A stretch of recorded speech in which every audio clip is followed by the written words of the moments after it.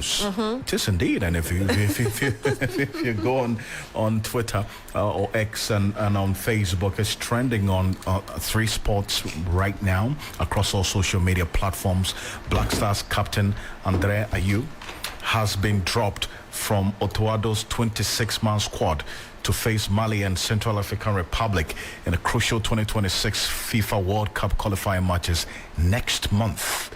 Now, is this the beginning of the end for Dede Ayew? And the man to give us all the answers. Exactly. Is right here with us. And Mr. Michael Oti Adjei, the general manager of 3 Sports here across all media journal platforms. It's good to have you.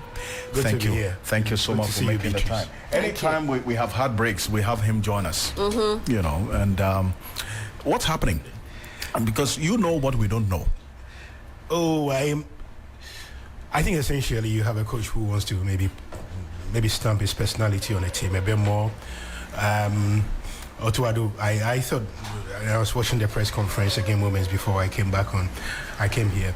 Otto Addo basically suggested that he simply wanted to build a team and that he's had a conversation with Dede Ayew, that they didn't much agree on it, but he's had to make a decision about whether he was going to call up the player and has not called him. I thought it was interesting that he was careful to sort of beat down the story. So he was very keen not to explain why he's made that decision. He was very keen not to talk about what happens next. And he was very keen to almost say that this may be a temporary decision. But I think that if you put 1 and 2 together, this could potentially be the beginning of a difficult spell for Andre to come back into the team. And I make this analysis based purely on how I've seen Black Stars exits happen. Essentially, you have a situation where Dede Ayew has had potentially some of his best moments at club level since the last Nations Cup. He's gone on to score quite a fair few goals for Le Havre. He scored 5 goals. He's done better than Enes Niama, who also plays in the French top flight, who is in the team. He scored against PSG. He's had some big moments. Scored a spectacular bicycle kick. I was with the former Ghana captain Stephen Appiah around the moment when the announcement was being made, and he said that in terms of form, Dede Ayew has to be one of the most informed ones, that he looks in better shape, has looked great. So this is not a decision based on form.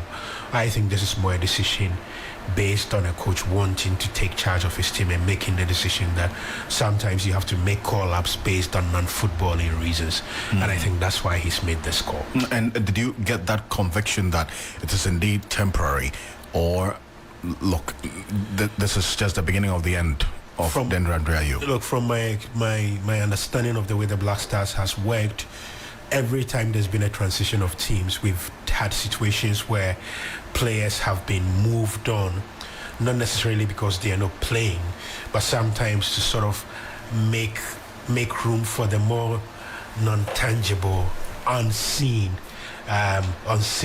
factors that affects the way a team does well.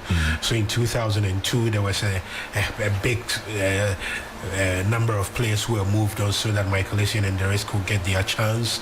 Even when Andre himself in 2010, then it was a decision that was made for the likes of Suleiman Tari and the rest to become less influential, and for the likes of Andre, for the likes of Ajiman Bedu and the rest who won the Under-20 World Cup to become more prominent in the team. And I think we've got into a stage where Otto Addo wants maybe a new team, maybe a new personality, maybe less overbearing personalities on the team. And I think that this suggests to me, because this cannot be in the purest sense a decision based on form, it suggests to me a decision that we could become more familiar with going forward. That's striking. Let's hear from Otto Addo himself at the press conference today. And Beatrice, we're going to run through some statistics provided by 3 Sports. Yeah. It points to a certain picture, but let's hear from Otto Addo. So I had a long talk with Andre, personal. I visited him and gave him the reasons why he's not in the squad at the moment, and I usually held it like this, that I don't talk too much about the players who are not in the squad, more about those who are in the squad. And for me, I can say I don't like to I talk to players directly. I don't like to give information out about what we spoke about. So he's not part of the squad at the moment. Andre is, as everyone knows, a legend. He's a living legend of Ghana. What he has reached, it's unbelievable what he did for the country. It was a difficult decision, to be honest, because I like him. I like him as a person, also as a player. But this is the decision we took. So that was the Black Stars coach there, Otto Addo, and we're talking about statistics earlier. So obviously, just giving them to you. 2023 USA-Mexico friendlies, he was not called up. Also the same year, 2023 AFCON qualifiers, double header versus Angola, he was injured. 2022 WC playoffs versus Nigeria, he was suspended under Dede Ayew. And then in 2018, we also had Japan-Iceland friendlies where he was not called up, and he's missed 4 international breaks, really. So I wanted to ask you, Michael, you talk about he stamping us in the coach, stamping his personality, and we've also seen stories of what he said, where he said, I'm not promising victory or victories ahead of us. But looking at this very big change, how do you think it would influence the performance of the team moving forward? I think you have to gauge the potential performance of the team. I think, like with every football team, really, like with every other endeavor. So you take one of the key men there. Who are you bringing in? And I think that's the way to approach this. And we're having a conversation in the sports office because it's been quite a busy day for us today. You look at it in a simple sense. He may have taken away one of the most experienced players. 120 caps. 120 times Andre has played for Ghana, the most capped players in international football. But you take him away and you take away the 24 goals he scored. A lot of those goals have been in competitive international matches. So that's a player who is just not influential, but who knows how to step up on the big days. But he's been replaced by some of the best crop of maybe upcoming players. You could also make the argument that when you watch what's happening with 3 Nations Cups when he's captained the team and they've exited in, I think, 2 in round of 16, 2 in the knockout stage has been the poorest form of Nations Cup spell. You also have replacements in terms of that. So Thomas Partey, the Arsenal player, will captain the team on next week Wednesday in Bamako, and if he's picked in the game against the Central African Republic. He has played in 8 World Cup qualifying matches out of the 45 that he's played for Ghana. And in those 8 games, he has scored 7 goals. Of those 7 goals, there was 1 against Nigeria that qualified us for the World Cup. There were 2 against Congo. So I am speaking to these numbers to suggest a player who can provide the big numbers when it matters. Then you take him away. Then you bring in Mohamed Kudus, who is coming off the back of a good form at club level. He has scored 18 goals at club side this season. But crucially, and I think that's one of the most important things you have to bear in mind, crucially, of the 10 goals that Kudus has scored in competitive matches for Ghana, 8 of them have been in competitive games. He scored twice in the World Cup. He scored twice in the Nations Cup. He scored 3 goals in World Cup qualifying out of 5 games. Then you have Jordan Ayew, who has 3 goals in World Cup qualifiers. So I think that if you take away the goals that Dede brings, these goals can be replicated by a certain number of players, and the numbers bear themselves out. You could also say that then he provides the coach a different approach, maybe players who are a bit more energetic and theirs.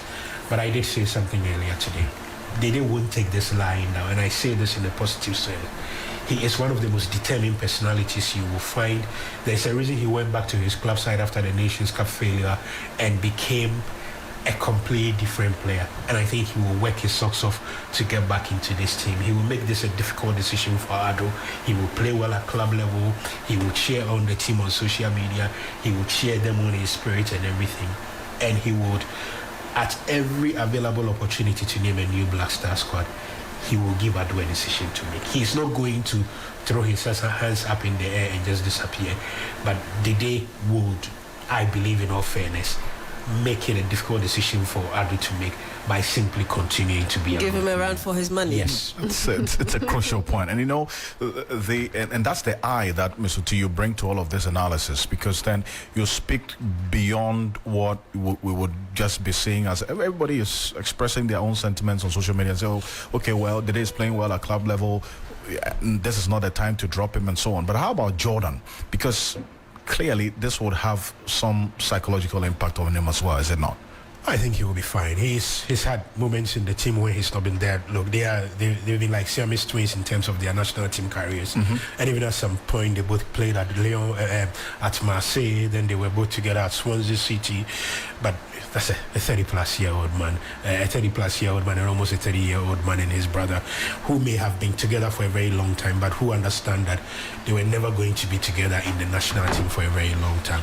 I think Jordan will be fine. I think Jordan will be fine. I think Jordan will continue to play a big part in this team. Whether in the absence of Inaki Williams, that will be even more the case. And I think he will carry on as well as possible. I have always been of the conviction that he still remains an invaluable member of this team, and I like the fact that he is there. I look at the squad that Addo has named, and I thought that he sort of picked quite a number of interesting players. So, you know, his brother guy from West Bromwich Albion who scored in terms of goal contribution is in double figures, so that's a good way of drawing back players in.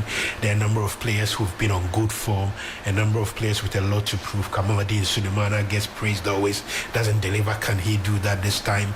And Estoma gets talked about a lot of the time. I don't see that on the pitch when he plays for the Black Stars, so maybe the time to step up. Thomas Partey, Mohamed Kudus and the rest are always there when it matters most. So I'm looking Penton is in the team?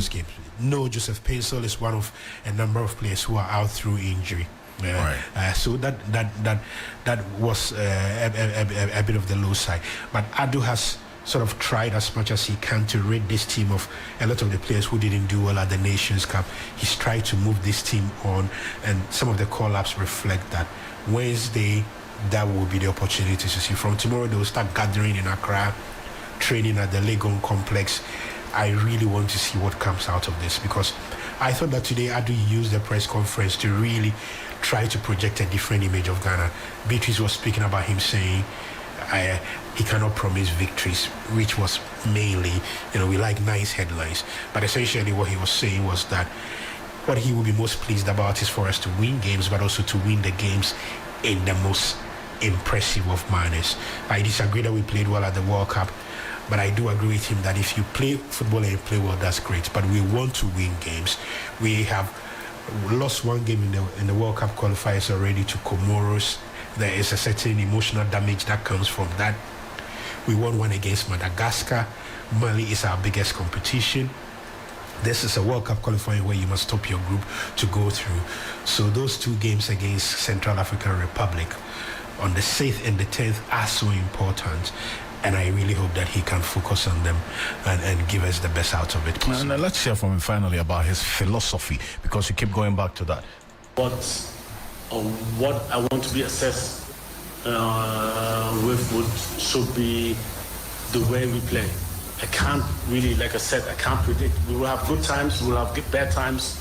There are just some few coaches in the world who lose rarely. I know that we will also lose matches maybe, but in the long-term process, what I want to be assessed on should be the way we play. And I think we showed, even though we went out, we showed when we played against Nigeria, when I came the first time, that we played good football. Not only that we qualified, we played good football offensively, but also defensively. Even at the World Cup, we had, let's say, good phases where we played good football. And this is what I want to have permanent in every game. Well, he's looking for a philosophy that will be permanent in every game. And you recall, so finally before we go, that there were questions about what was his philosophy in his first spell with the team. People didn't really know exactly the kind of game plan that he was employing at every step of the way, there was really no rhythm, is it not? Do you get the sense that this is somebody who has recognized that and is ready to do differently, finally? I get a sense that this is somebody who is determined to change things around with the national team. I've been a big critic of Otto Addo for a very long time, but the call-ups that he's made today, some of the decisions that he's made, I think his general demeanor today was, look guys, I'm here for the long term, I want to do a job, I am more into this than I was into it. The first time there were a lot more smiles, a lot more attempts to reach across to the people on the other side, which was the media. I saw somebody who is keen to work on the errors. They may not always work, but at least I've seen the effort. And I think that if that effort and that passion goes into training, then this is a team that will get better as we get along. A week away from today, we'll see. Yeah, we would. Mali is always a difficult place to go. But I remember in 2010, we kept worrying about this. Then we went over to Mali, big qualifiers. They had some of the biggest names on the continent. We beat them 2-0. One of the best games Kwaja Samoa has played for Ghana. I have a feeling that kudos will be Kwaja Samoa this time. Super stuff.